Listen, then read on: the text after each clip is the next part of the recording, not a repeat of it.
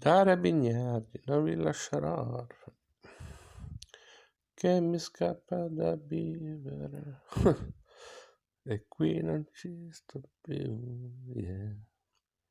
Prima che io salti faccio un salto nel blu, sali, anima in depression, come sei messo?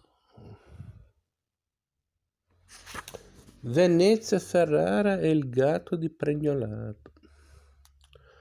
La morte della nonna Adele non impedì alla mamma di dare tutti gli esami del primo anno di lingua a Venezia.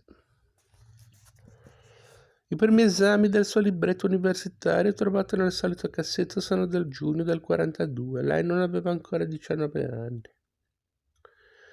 I voti all'inizio non erano un granché. 25 in pedagogia, 26 in storia e un 21 in letteratura russa. Poi finalmente un 30 in letteratura italiana, la sua materia preferita.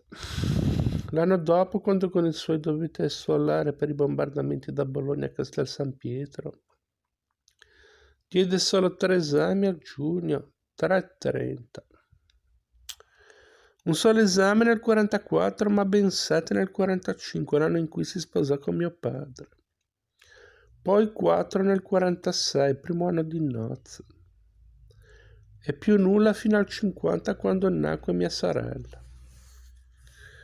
E ancora un esame all'anno dal 53 fino all'ultimo, nel 55. Un 27 in storia dell'arte, per un totale di 22 esami. Tutti quelli previsti dal suo corso di laurea più uno, perché nel passaggio da Venezia a Urbino,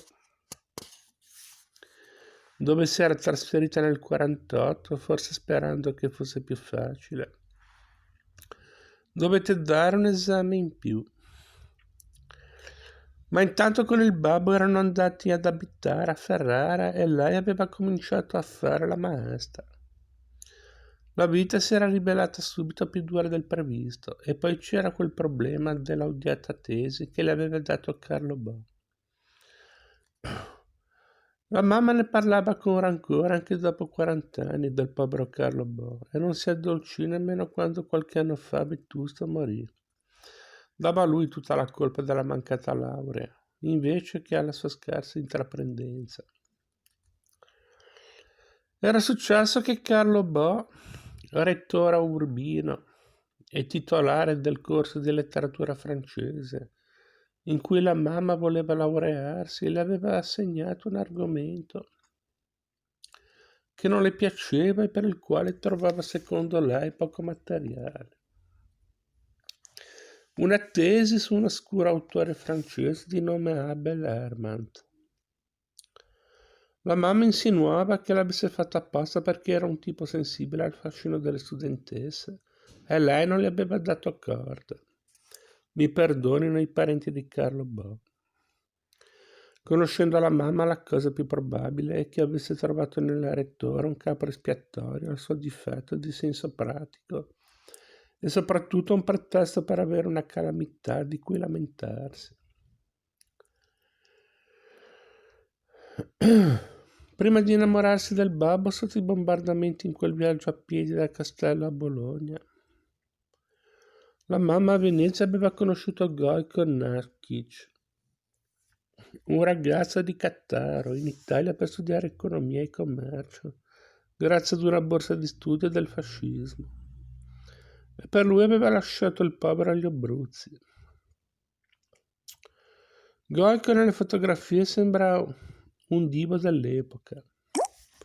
Alto, elegante, biondo, sempre in completo occhiale e scarpe bicolori come il nonno Oliviero.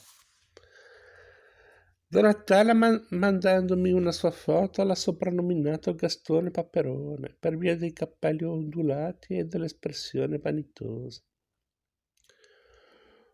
La mamma raccontava che la prima volta che Gojko la invitò a mangiare un gelato, lei per l'emozione non riuscì nemmeno ad assaggiarlo e dopo un po' che camminavano lo gettò in un canale cercando di non farsi notare. Daria Bignardi, non vi lascerò orfani.